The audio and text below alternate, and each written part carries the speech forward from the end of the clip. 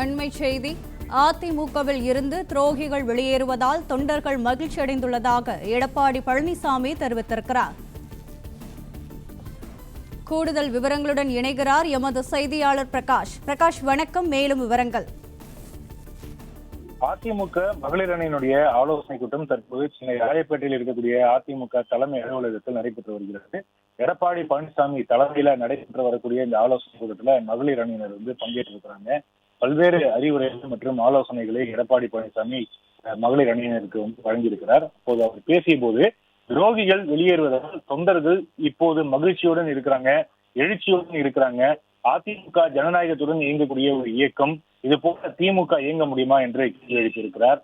அதிமுகவிலிருந்து துரோகிகள் தற்போது வெளியேறுவதால் தொண்டர்கள் மகிழ்ச்சியோடு இருப்பதாக எடப்பாடி பழனிசாமி பேசியிருக்கிறார். கடந்த 2-3 வாரங்களாக தொடர்ச்சியாக அதிமுகவில் இருக்கக்கூடிய முக்கிய நிர்வாகிகள் அதிமுகவில் இருந்து விலகி மாற்று கட்சியில இணைந்து வரக்கூடிய சூழ்நிலையில இன்றைய தினம் இந்த மகளிர் அணியினுடைய ஆலோசனை கூட்டமாக நடைபெற்று வருகிறது.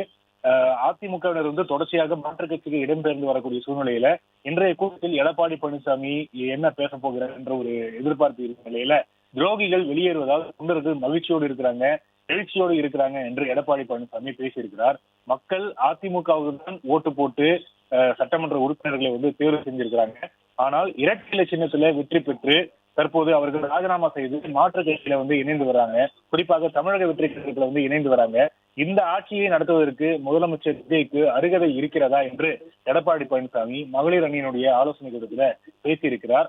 இதே போல பல்வேறு முக்கிய விஷயங்கள் குறித்து எடப்பாடி பழனிசாமி மகளிர் அணியினுடைய ஆலோசனை கூட்டத்துல பேசி வருகிறார்.